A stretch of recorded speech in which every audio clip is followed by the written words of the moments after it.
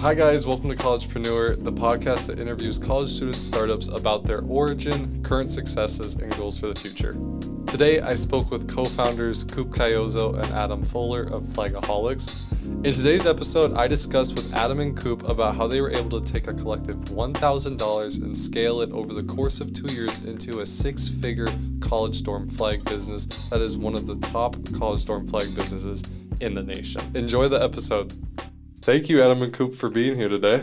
Absolutely. Thanks for having us. How are you both doing today? Fantastic. It's a snow day. I can't complain. Yeah, we for context, we are filming on a snow day, so taking advantage of our free time. I love it. Yeah. Before we get into anything else today with Collegepreneur, could you give me the elevator pitch for Flagaholics? You want to run this one? So we sell college dorm flags. We started our freshman year, built it out of our dorms, making dorm flags for students by students. We know our target audience better than anybody else because we are our target audience, and that's really been, our key value driver and what led to our success so far. Awesome. Anything you want to add to that, Coop? I mean, he hit it right over the head. One thing I'd say is something we've learned over the past couple of years is we kind of pigeonholed ourselves at the beginning from saying that we're college dorm flags, and something that we didn't really take into account is there are a lot of people outside of college that have an interest in our product. And so we've seen people in like military bases, high school students, things like that contribute as well. So, right. And through Flagaholics, we've seen that demand in other areas, which is why we're still working on the side for a new venture called Flag Crafters. And that's going to be for organizations, teams, clubs, sports. And, there's definitely a big demand outside of the college area. But to start off, we niche down, focus on that market. We're able to understand it, and then we can move on from there. Nice. Next question I have for both of you is kind of like the entrepreneurial background that both of you have and why Flagaholics came to be, because you are both co-founders, correct? Correct, sir. Yeah. If either of you want to go first, Coop. I can take this one. Growing up, I was always really kind of like that sales-sidey sort of thing. I was big into lemonade stands. Those were my favorite things. I started a business selling duct tape products for a while. And that was probably when I was like 8 to 9. And so that was a fun time, but like I always knew that I wanted to own my own business. I came to Bentley thinking I was a finance major. Then after taking a couple of finance and accounting classes, realized that's not at all what I want to do. I knew I didn't want to go into sales because my dad was sales, and I'd always been like, I don't want to do what my dad does. But I kind of quickly fell in love with the whole marketing process and sort of building something. So I had actually reached out to a couple of kids on our dorm floor, and I said, hey, let's build a brand, let's build a business. I'm bored in class, let's do something. And they were all like, oh, that's a great idea. Like, I love this. Phenomenal idea. Let's go meet in the library. Came to the library, none of them showed up. Dang. So I'd been walking out of the library after studying for finals one night, and I saw Adam reading a book on marketing. And I was like, who reads in the library? Like, that's not really something that people do. So I walked up to him and started talking with him. We had some mutual friends, gone to a couple parties together, but it wasn't like we had really known each other before that. And he came to my dorm the next day. We started talking, and I think the original idea was we wanted to start a digital marketing agency. Go down to the businesses on Moody Street, say, hey, we're students over at Bentley looking for some experience. Let us market for you. We're like, this is a phenomenal idea, except there's one issue. We have no experience. How are we going to get this experience? Let's build a brand in the process, understand how to market, and then go to them with a case study, say, look at what we've done. Let us do this for you. And one thing led to another, and it just sort of became Flagaholics. I think the first text I ever received from Adam was just flags, ? So I think that's kind of like indicative of how the relationship's gone so far. Yeah, and Nice. to that point too, that's still kind of our goal, is to build that case study to showcase, what we're able to do, and just build our skill sets in different areas, be able to showcase that through something that's proven and undeniable. But to circle back to the entrepreneurial experience, same thing, growing up, lemonade stands. 3rd grade, I started a mustache-themed store selling, like, all sorts of mustache merch, and at recess, we ended up making, like, $80 in a day, and then got called to the principal's office, got operations shut down. And then in high school, I started making videos, so I did a lot of, like, freelance work with music videos, wedding videos, and then just kind of, like, sports edits and whatnot. But I also started this clothing brand called 508, which is like our first introduction to working with suppliers and that whole ordeal. Wasn't successful by any means, but it definitely served as a great learning experience. But coming off of videos, I then started with like doing some ads for small businesses or e-com startups. Actually, my first ad was for a fitness brand called Visionary, and the owner of that is working with us now with Flagaholics too. So it's funny how things work, but yeah. And then, like he mentioned, Coop was actually the first kid I met at Bentley. So I came up maybe a day early. He was here for cross country already, and I texted this big ass group chat with all the kids in our building that they made before moving. And I was like, "Hey, is anyone in here? Like, can you let me in? I just want to like see my dorm room real quick." And he let me in. After that, probably didn't see him for a few weeks. Like, we had some mutual friends, but never really connected. And then I saw through my friends, because the people that he texted to start a brand, they were talking about it with me. I was like, oh, I got to meet this kid. So when he came up to me in the library, I was like, this is definitely worth exploring. Nice. Building off of that, so what would you say like the first crucial steps were in the first few months of Flagaholics that took the idea of creating a brand and creating a product to like something tangible, if you will? What did that look like? I think the first step was determining what we were going to do, because it was build a brand. It was so general. We were like, all right, the first step was to determine what our angle is. And the digital marketing agency, that was more of a long-term goal, although we did think we're like, all right, yeah, we'll build and we'll scale Flagaholics for like 3 months, and then we'll transition to a marketing agency, thinking that we'd, see that success so quickly, which is just crazy. But, we ended up deciding on flags because we were going back and forth actually about, like I said, clothing brands, but it's so oversaturated. But we needed something that was a, low barrier to entry, not going to cost us a ton of money to start up. And we weren't looking to do something revolutionary. Our unique offering with flags isn't the flags themselves, it's the designs tailored to our audience. But the product in of itself isn't, some crazy idea or unique concept or bringing something new, but it is a fundamental way to, start learning how to build a business. Right. And I took a drive one night, and I was just looking, trying to absorb everything. Because for that first week of, trying to decide what we were doing, mind was just thinking about it all the time. So anything you'd see was just kind of relating back to that. And then I saw this big American flag in front of this very nice house. And I was like, oh, this is it. We're in college. We see so many college dorm flags, but it's all, McLovin. No one's really, showcasing their identity or their interests or trying to communicate their style or tastes, accurately. I shouldn't say accurately, but to a level that they would want to, and there's definitely a gap there, then that's what we want to accomplish. Right. So Flagaholics really was like, let's step away from being general, if you will, with the college flag scene and make it more personalized, whether it was music, motivational designs. Are there any other designs I'm missing? Yeah, sports, funny flags, like memes and stuff. Yeah. I think we're missing one category here. There's movies. Movies, yeah. That segment is a little bit tougher, but we kind of group most pop culture items in the movies or TV category. But yeah. Are there any notable flags that are your favorites personally? I'm a big fan of the CBUM one. Okay. I think that's something that kind of gets me motivated to grind. For people that don't know what CBUM is. He's one of I think he's a 4-time Mr. Olympia bodybuilder. Okay.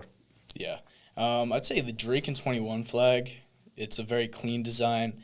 We've seen the elements that create a great flag are simplicity in the sense where you see it, you understand the concept immediately, and the aesthetic also matches that. So our Yeet flag as well, that's a great design. Like I mentioned, Drake another musician. Right. Yeah. And then CBUM too, it communicates what someone would want to communicate to others. Right. And that's really what it's about, because you hang a flag in your room, you want to communicate your identity, your taste, your styles. So having something that aligns with it and that the design elements are such a huge component of it that C-Bum, he's looking a little angry almost, isolated to himself, looking down at the ground, and it says, "Prove me wrong." So it aligns very well with that kind of like underdog mentality. Right. So which a lot of college students could resonate with. Exactly. Yeah. Nice. Whether it's the gym goals, academic goals, C-Bum has it all, and you have a flag for it. Awesome. If we could take it back to kind of like the timeline of Flagaholics. So after the first few months, you're getting off the ground. What was next? I might actually take you a step back there. When you say getting off the ground, that's generous. Okay. Yeah, we started it during finals. Just the idea came, and I can speak for both of us. We don't like studying very much. We're actually actively looking for ways to get around studying. So this was a great way to sort of like use our class learnings and study in real time, getting that experiential learning.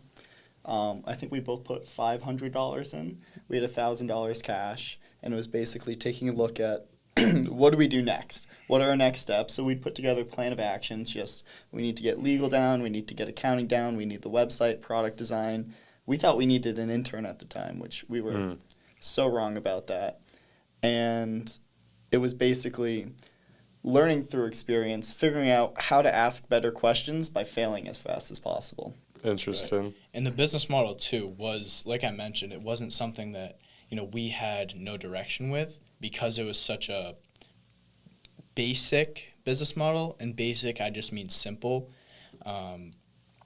We didn't have to come up with any new strategies right off the bat. It was just, let's get the fundamentals down. Mm-hmm. Let's copy what competitors are doing or other businesses. And like the intern, we just looked at other businesses. Okay, what elements do they have and how do they operate? So, bringing on an intern early on, right? It actually really did help us out. She was great. She created our logo and some of our brand assets that we still use. But we weren't ready for the responsibility of having an intern and an employee, and we weren't able to provide the necessary resources or structure just because we didn't have a full understanding of what we were trying to do yet either. So we actually do have someone on right now handling fulfillment and customer service, and that was a great play. It takes a lot off of our backs, but we have a structure and a set of operating processes that we now have down in order to delegate. But before we just had no structure, so it was impossible to, work with someone if they don't have a direct, roadmap to follow. Right. It'd be fair to say, though, that from that, I guess, non-organized structure, you learned how to create one. 100%. So, I call it a crash course. Learning through doing, crash course entrepreneurship. Nice. Yeah. So you had mentioned you both put $500 into Flagaholics. Scaling-wise, like, what did that look like? Like, what did you put it into? How did you grow the $1,000? Maybe where is it down the line now? Yeah. Inventory was probably our biggest cost. Getting our Shopify up. When you're starting out, the thing with e-commerce is the more you scale, your expenses grow relative to it. And that's applicable for most business models, but especially e-commerce in the sense that, any subscription service you have aligns with how much you're doing. So the more you grow, the more costly it is. Just bringing it back to that question. We had $1,000. We're like, all right, it's a lot scarier when it's your own money. You know what I mean? When you're working with venture capital money, you're able to sort of like spend things, experiment a little bit. We didn't have as much room to experiment. So I remember we decided to invest in a Rolo printer because we thought this is something we're going to be doing for a while. Let's make sure that we get something that's not cheap, won't break. And it's a thermal printer, so it's basically how you ship out all your labels. Right. That cost us about $250. We bought inventory. We had 10 designs. We bought 5 of each one, so we had 50 flags on hand. That cost us another $500. And then we started playing around with samples from manufacturers overseas. That cost us about another $100. And then on top of that, Shopify was burning a hole in our pocket, costing $30 a month, which looking back seems so insignificant, but like at the time was 3%, 4% of what we were spending monthly. And so I think we went through that first 1,000 relatively quickly. We tried to stay away from ads because from what I've seen with other e-commerce businesses is they'll get their business up and they're like, all right, I want sales now. Let's push ads. But they don't really have an idea of what they want, like their target audience, what kind of creatives work well, how to convert. And so they end up just pushing money into this like big burning hole. And so that was something very quickly on we realized we want to stay away from and just making sure that we can get organic social funnel as strong as possible. What did that organic social funnel look like for Flagaholics? Personally, I'm a big SEO guy, so making sure we were ranking well when it came to organic Google queries. On top of that, we pushed out TikTok fairly hard at the beginning, and that worked well with bringing in people to our Instagram, converting people into followers, and just like brand ambassadors, things like that.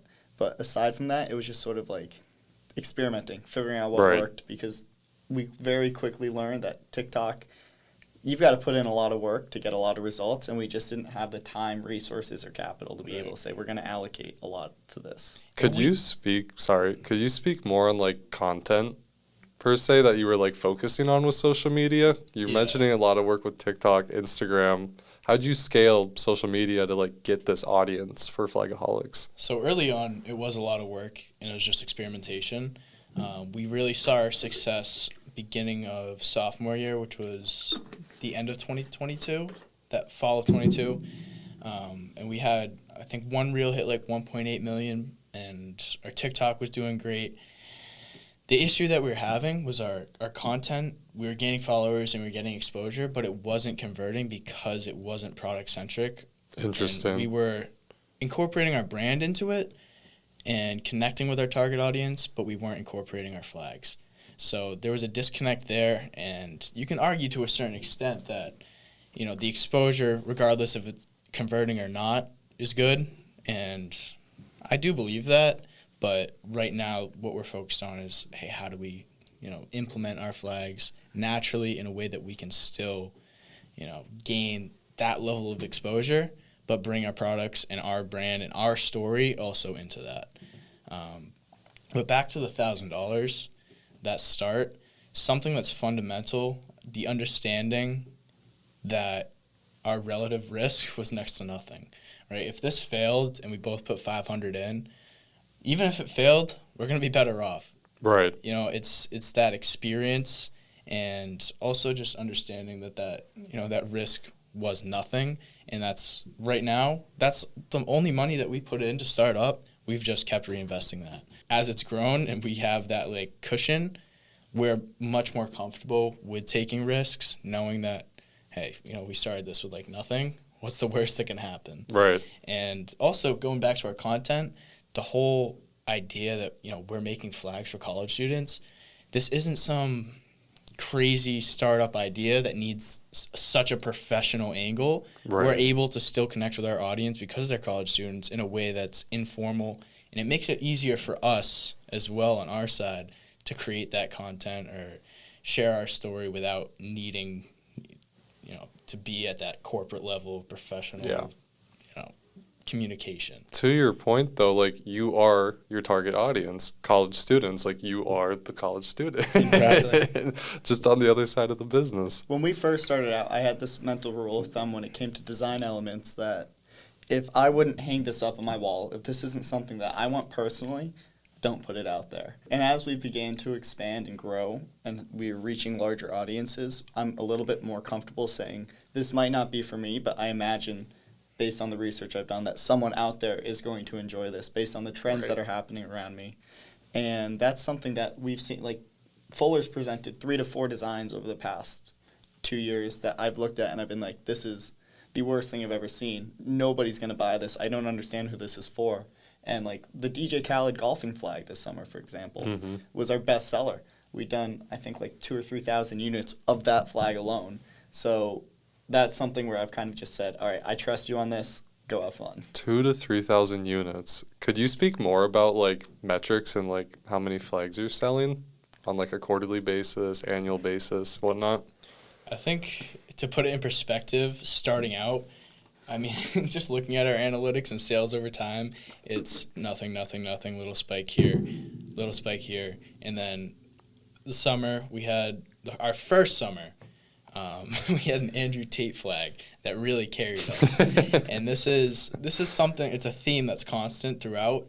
Our winners like outperform our other, I think it's maybe 5 to 7 of our flag designs account for 90% of our revenue. Wow. So having like those winners and really capitalizing on those winner flags, and the winner flags are the one, like I mentioned earlier, that directly align with what someone wants to communicate, and the design elements fit that. And then just, being on trend and being ahead of the curve is where we've seen our success. But yeah, it was essentially just nothing, little spike, big spike. And we were so excited. And I kind of missed this point where we would get one sale and we'd text each other every time we got a sale. Bing bong. Like, every single sale was so exhilarating. That's awesome. To start out. Yeah. And then comes summer and you're just getting notification after notification after notification. You get a little bit desensitized to it. You don't really appreciate the scale at which it has grown. But I think our first 2022 maybe $2,000. And then 2023 coming up to the summer, our biggest month was 2,000 in June. And then after that, August through December, we were finally able to have a consistent stream of revenue, especially from those August months when everyone's going back to school, everyone's looking for a dorm flag. Come to the site and funnel down, you're able to pick what you want. Right now, it's more design specific. So as we've gone on Etsy, Amazon, TikTok Shop, people are seeking the flags that they want and not necessarily a general demand funneling into, deciding what flag you want. Which is why summer organic and SEO stuff plus Google ads was probably 70-80% of our sales. Exactly. Right now, probably around 20%. So it's a very seasonal business as well. Okay. But yeah. And just going back to metrics, to date, I was checking it last night, we have about 4,800 orders all time. Really? And okay. so that's cool to look back at and see. And something that we didn't realize at first is it's a very cyclical business, meaning that about 80% of our sales come within the last 6 months of the year as people are going back to school, as people are buying these for Christmas presents, for Thanksgiving presents, Black Friday deals, all that fun stuff. While they're in the dorms, they're not as settled in. They're looking to decorate their blank walls. And going back to Adam's point about last year, literally less than 12 months ago, our biggest month was $2,000 in June. Mm-hmm. We went through a heavy scaling process this summer, and that was a period of growth, don't get me wrong, but it was so uncomfortable. It's a wake-up call.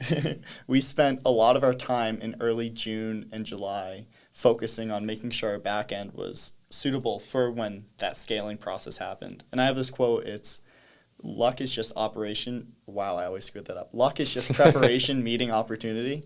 And I think we prepared a lot in those early months because we went from $2,000 in June to $7,800 in July, which we thought we were like, oh my God, this is it. And then we put up $24,000 in August. That's really impressive. We 4X'd 3 months in a row, and it was just so quick that it all happened. Because on top of that, you were busy with work. I was taking summer classes, working on this as much as possible while running and training for cross country. Right. So it takes a toll out of your day for sure. But something that we didn't realize is you can't sell what you don't have. Mm-hmm. And early this summer, just to get kind of anecdotal, we were trying to invest in inventory, but also investing back end, making sure that the customer experience post-purchase was as valuable and as memorable and exciting as possible. So we put time and effort into making these custom packages. Adam and I had read $100 Million Offers by Alex Hormozi. Plug, if you haven't seen it, go read it. It's one of the best business books I've ever read. Nice. But he talked about that element of making sure that your customers feel valued post-purchase and that you're giving that instant gratification. So we included the scratch ticket with all orders that Adam had designed. And it was essentially with every single order, we'd put it in and you'd scratch it off and get a custom discount. And we tried increasing the customer lifetime value that way. And truth be told, it worked relatively well, but it was an exciting process. But the thing that we ran into was, oh shoot, now we have no inventory. So then come July, we're selling out of a lot of what we had. We were like, we need to double down. So we put in an order for, I think, $2,500, and it got lost. And so we're like, uh-oh, this is bad. What do we do? We're getting more orders day by day, and we have nothing to sell. We have a ton of site traffic, but no one's converting because we have nothing to sell. So then we triple down. We put in a $3,500 order, and that got lost in customs. And so now it's like middle of August, and we're scrambling. We're like, shoot, what do we do? We're missing out on this like golden opportunity. We shut off our ads and turned on pre-orders. And it got to the point, we're both studying abroad in Italy this fall. We're leaving August 27th, and it's currently like the 16th, 17th, and we're fighting with customs trying to get this inventory so we can ship it out before we leave. Because at this point, we had 900 pre-orders. We're like, what do we do with this? We're getting $1,500 per day in orders. It was just, to us, it seemed like one of the biggest problems we've ever faced. So I think timeline worked out perfectly well. I have this theory that like life works out how it's supposed to work out, and you'll figure it out along the way. But it got to the point 2 days before we left, we finally got all the flags we were missing, and my girlfriend and I sat down for 4 hours that night and just packed orders. Damn. Yeah. I felt so bad for the mail ladies the next day. I got them Dunkin' Donuts, wrote them a little hand note. Nice. Very thoughtful. I just wanted to touch on the customer experience aspect that he mentioned too. Yeah. I mean, he mentioned $100 million offers, but he mentioned we don't like to study, but truth be told, we do. I just think it's in different ways. And there was one particular aspect of that book that really, sat with me, and that was if you only had one customer, how would you design that experience and how they perceive your brand? Because word of mouth is really the only viral, form of promotion. So how do you get everyone to be loyal to your brand by giving them the best experience possible, and what would that look like? Now, if you only have one customer, you can allocate a lot more to them, but that provides the framework to then build out the systems that you want to implement for every customer. So like you mentioned, the poly mailers, the custom mailers, we implemented a order tracking system so people could see it, SMS and email marketing ecosystem post-purchase. We just launched a Spotify playlist sponsored by the DJ who does a bunch of big frats and big events down, especially like southern schools, like SEC, Big Ten type stuff. And through that, we're able to not only like partner with him and gain that credibility, but provide something immediately post-purchase to give to our customers, reinforce that purchase from them. Right. And also, this actually took a few months to design and get made. I think start to finish, we started maybe July, and they came in November. But these are really cool, and we send these out. For people listening on audio, what's in your hand right now? This is a Flagaholics bottle opener. So we actually sent out bottle openers with every order prior to this, but it was just like you see any stainless steel with just our logo slapped on it. But something about that customer experience too, just logo slapping and branding is not the same thing. So getting something that our customers would be able to use, and I mean it looks sick, it works well, and it's definitely makes people more bought in than just slapping on our logo on something, because it's unique, and when people see it, they're like, oh, this is cool. Like I didn't expect this. So sending that out post-purchase with the Spotify playlist just to give them an immediate deliverable is part of that customer experience. I mentioned the tracking page, the custom mailers. We have brand cards, giving a little bit of our story, and also introducing our ambassador program, which, truth be told, we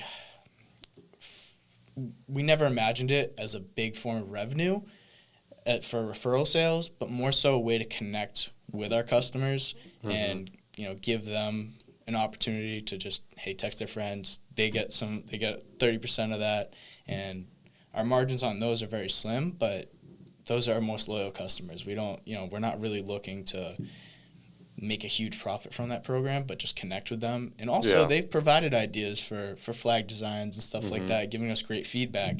So just being able to connect with them and be in tune with, our most loyal segment of our target audience. Right. To take the conversation in a different direction, competition. You mentioned a little bit back, low barrier to entry to produce flags. What is Flagaholics doing outside of like a lot of customer experience stuff, which I think is really cool? What else is Flagaholics doing to really stand out? amongst your competitors. One thing I'll say, and it's sort of intertwining the two, is at the end of the day, people follow people. And considering that our target audience is collegiate students, we're collegiate students. We've already got that box checked off. And so taking it back into its ambassador conversation, some of our ambassadors actually follow us on our personal pages. So they like to see the faces behind the brand, knowing that their money's not going to some 40-year-old in his basement designing flags and just ripping them off through a drop shipping model. Like, they like the story behind, oh, we're shipping these out of our dorm room. We are working on this while going to lectures, while going to practice, while participating in clubs. And they are like, we also go to lectures, go to practice, participate in clubs. Let us help support them. And so when it comes to competition, what we've seen is a lot of these people who own these competitors are, how do I want to put this? Out of touch. Thank you. They're out of touch because, well, they're not college students, first and foremost.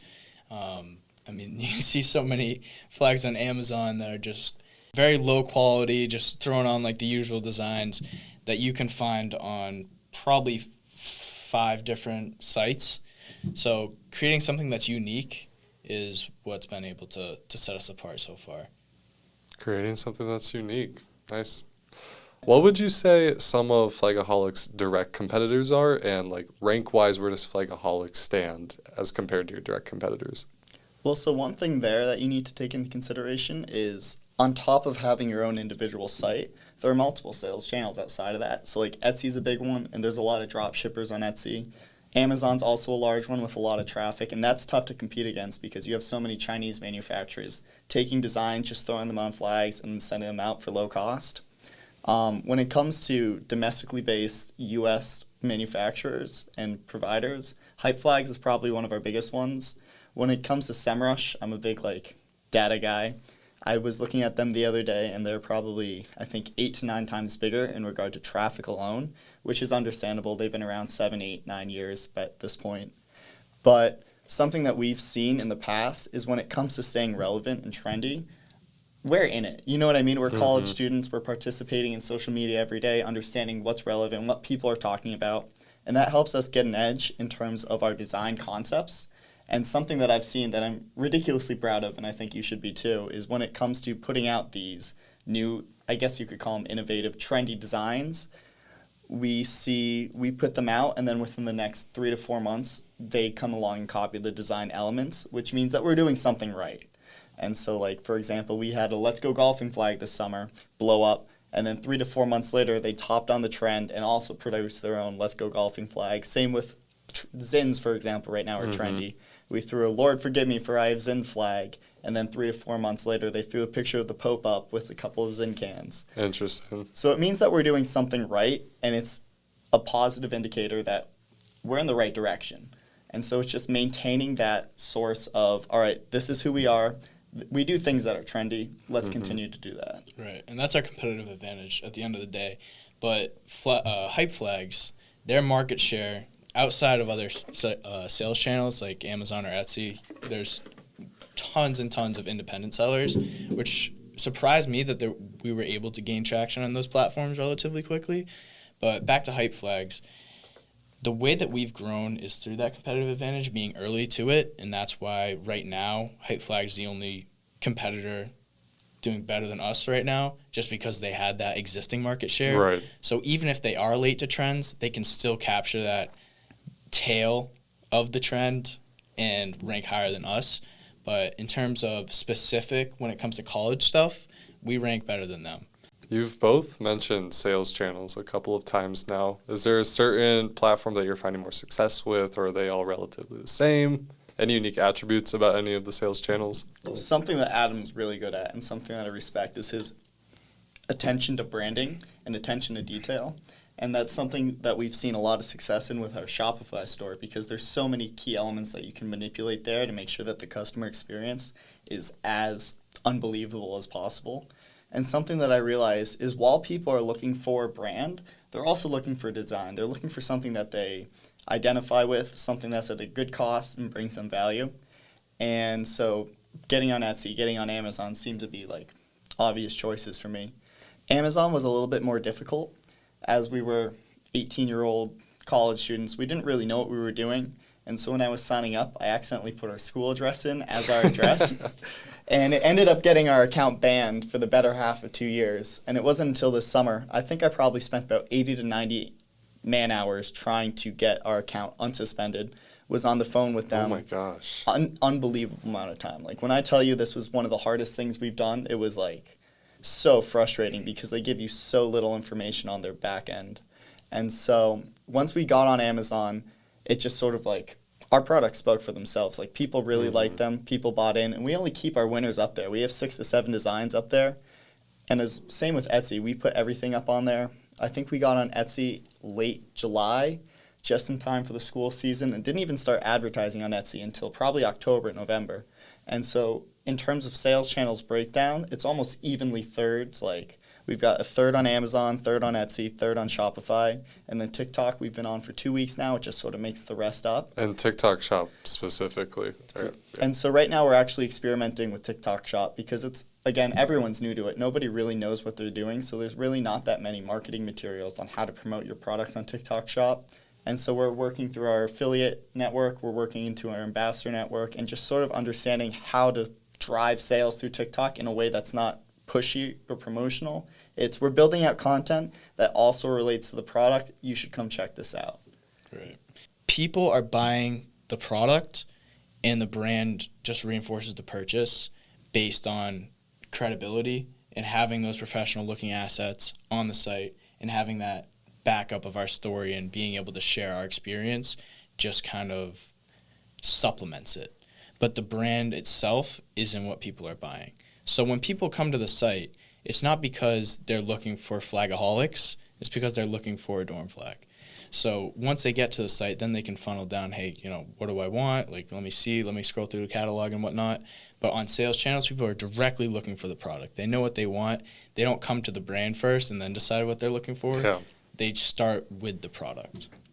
And another point to that, we're kind of in an era of drop shipping right now, where everyone and their mothers, if they have $30 and an idea, can go forward, put together a Shopify store, and just drop ship with Printful. Whereas something that we're trying to reinforce while you're purchasing is, A, you're not going to get ripped off. B, we hold all of our inventory, and C, our inventory is high quality. You're going to get a good experience out of this. And being able to communicate that in as few pictures and words as possible has been pivotal in growing our brand. Right. But Nice. So we've covered a lot today with the story of Flagaholics, how you're able to successfully scale to now 4,800 sales in total in 2 years, 2.5 years. Yeah, just about. 2 years as of last month. Congrats. Thank you. What are goals for the future with Flagaholics? Future ambitions? Things you're already working on for the future? Yeah. So like I said, when we started this, it was for the experience, the fundamentals of owning and operating a business, and to build out key skill sets that we wanted to either apply outside of Flagaholics or to scale Flagaholics. The goals for the future, right now, we're just focused on scaling and building this as big as possible. It's much easier to take a brand from 100,000 to 500,000 than it is to take something from zero. So just zoning our focus in on Flagaholics and taking that full throttle is the focus right now. But further down the line, I mentioned flag crafters, and that's the group flags for organizations, teams, clubs, and being able to have a system-based business rather than something that's much more hands-on and takes a lot more time and resources to maintain. Building a system, being able to just follow that process. But that model is much more sales-based. So it's going to be a big perspective shift, and it's something I'm excited for. But end goal, we came into this knowing, this isn't a lifetime thing. This isn't something that, we're super passionate about flags. I mean, I guess we are to a degree, but it's not a purpose. The purpose is to create undeniable proof that, here's what we're capable of, build the skill sets to then later apply to different things, and then also just capital. Nice. Coop? And just taking off that, once again, this is very much a crash course in entrepreneurship. So while the next 2 to 3 years are a little bit fuzzy in terms of what do we want to do? Do we want to exit? Do we want to pass it off to future Bentley students? Sort of give them that crash course in entrepreneurship at low risk to us. My vision's been primarily focused on the next 12 months, and we've seen how quickly it's able to scale from 0 to 100. So it's sort of like making sure that we have all of our processes on the back end in place to be able to support a scale over the summer. Because I don't know about you, I can feel it. There's like an energy coming into this business when I know that this August is going to be the biggest August of my life. Like, that's something that really gets me up in the morning. That gets me excited, motivated. And it's just sort of preparing for the back end of the year, making sure that when we come into our senior years, we're able to grow this into something that's a $300,000, $400,000, $500,000 business and be proud of that at the end of the day. Right, just hit it full throttle. I Yeah. mean, That like I is said awesome. before, the risk factor involved in it is what allows us to grow, because we're not afraid to take risks or go, experiment with something, because it is a crash course. This is all just kind of a big experiment, right? So we're not afraid to go in different directions or try out something new, because at the end of the day, what's the worst that can happen, right? Right. And we can always iterate, and we can always go back to what we used to do or find set processes that work, but there's no harm in trying things out, because at the end of the day, we're here to learn. Right. So, That is an awesome approach to the story of Flagaholics and kind of your guys' drive behind it. With that, is there anything you want to tell the audience, anything you want to plug? Where can we find Flagaholics, social media platforms, anything like that? yep. You can find us at flagaholics.com or our Instagram at Flagaholic. Anything to add to that, Coop? If your Greek life organization, your sports team, your business, whatever it be, needs a custom flag, hit us up. Use code collegepreneur and check us out at flagcrafters.com. There's a code for collegepreneur. Okay, awesome. With that, thank you both for being on Collegepreneur today. Have a great day, guys. Thanks for having us.